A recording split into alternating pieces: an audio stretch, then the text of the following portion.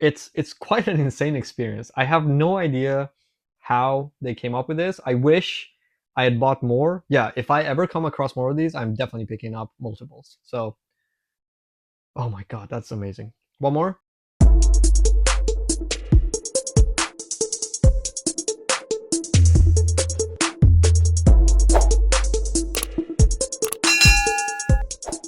Welcome to Whiskey and SV. I'm your host Sam, and tonight we're going to be drinking some 100% wheat whiskey from Frey Ranch.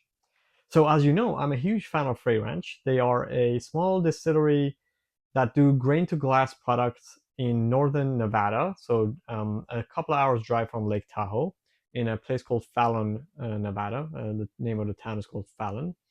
Unfortunately, they recently had a fire where 25% of one of their rye fields was burnt down, which is very saddening to me because I really love their single barrel rye and it was already very hard to get. So I'm guessing that after this fire, it's going to be even more rare and harder to get.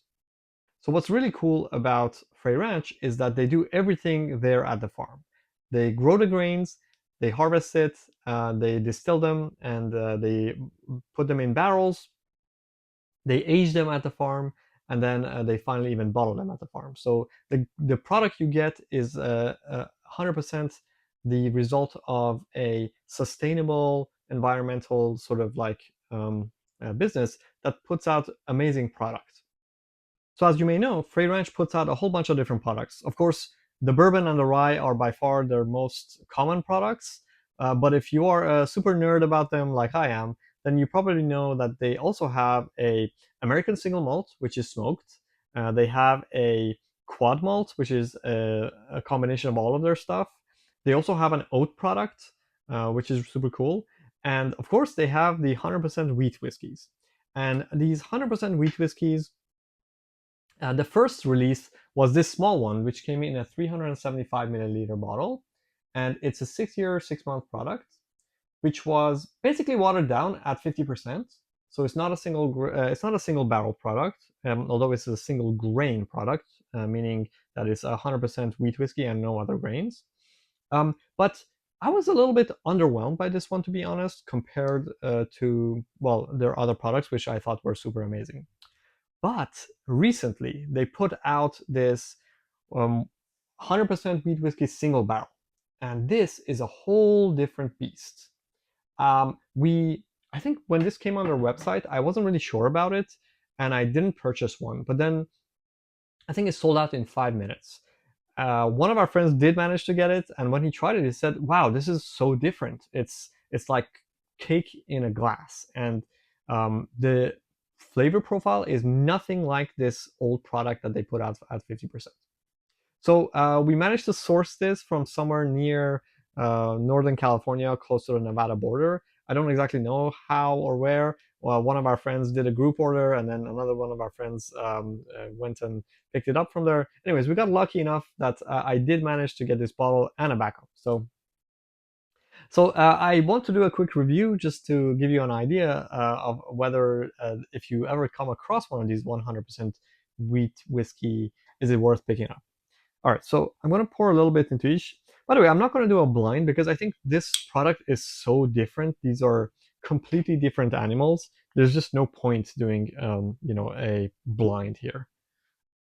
And I have to say that this single barrel product is instantly a classic and one of my favorite whiskeys. Now, every week I come out and say, "Wow, this is one of my favorite whiskeys," and what makes it to me one of my favorite whiskeys, I'm going to stop saying the best whiskey I've ever tried anymore, right? Is because they are uh, very, very enjoyable and also extremely different from anything I've tried. Because when you're going down this, bourbon hobby journey, whatever, right?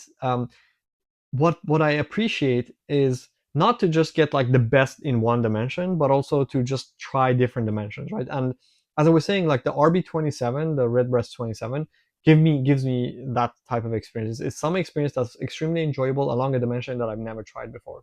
And to me, this is another one of those experiences which is extremely enjoyable and like nothing else that I've ever tried before. So, okay.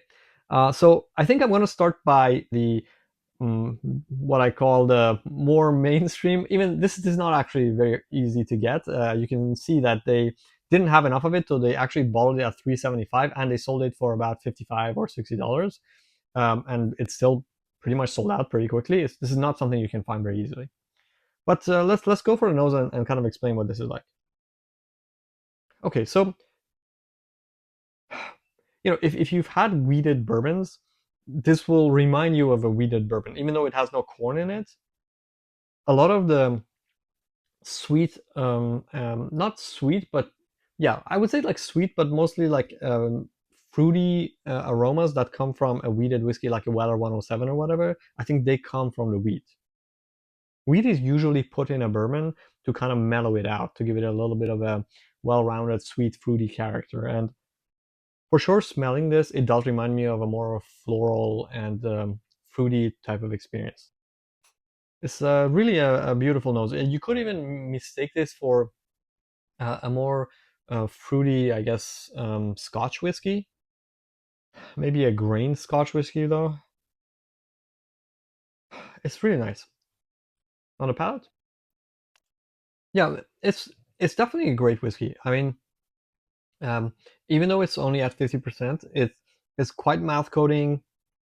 There's those kind of sweet and floral type tastes, and as usual, there's a spike of spices, and then when they die down, you go back to again more floral and sweet type flavors. It really reminds me of like a weird cousin to a Weller 107. Great.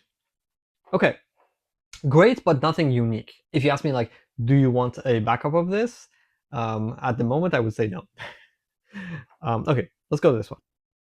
So, this is insane, guys. I don't know how to describe this. When you smell this, it's like maple syrup in a glass. Not just maple syrup, it's just like some sort of very ripe, dense fruit that's been laced with some sort of syrup. It's these are not even closely in the same ballpark. They are completely different animals. Super dense and dark. I don't know how they came up with this. I don't know how this is not flavored. It's insane. Oh, yeah, it's really like cake in a glass. That's I think that's how they describe it, and they're really spot on with that description. Okay, on the palate.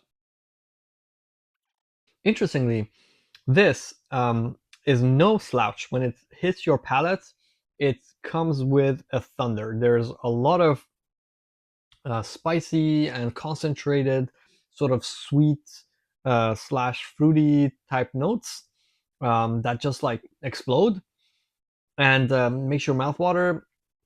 As they die down, then again those ripe fruit type notes come out.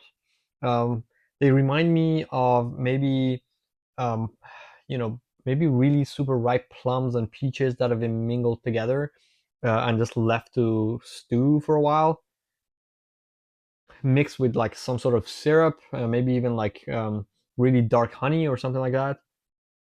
It's quite an insane experience. I have no idea how they came up with this. I wish I had bought more because I think I don't know if they're ever produced something like this, especially because their first version was like this. It's not like this was any indication that this will be the next in the series, right? So it just shocks me at how amazing and different and unique this is. And yeah, if I ever come across more of these, I'm definitely picking up multiples. So, oh my god, that's amazing. One more? That is insane. That is insane. All right, well, there you have it. I hope you found that useful. And yeah, if you come across this, don't even think twice. Anything under 120 all in, definite must buy. Back up to 150. I would still probably back it up once. Um, I think the fair value for this, honestly, for me, like if I didn't have it and someone said, "Would you pay 200 for it?" I would easily pay it because it's a unique experience that you just don't get anywhere else, and it's extremely enjoyable. So yeah, there you have it. Thanks for tuning in, and please join me next time when we try more interesting and cool whiskey. Take care.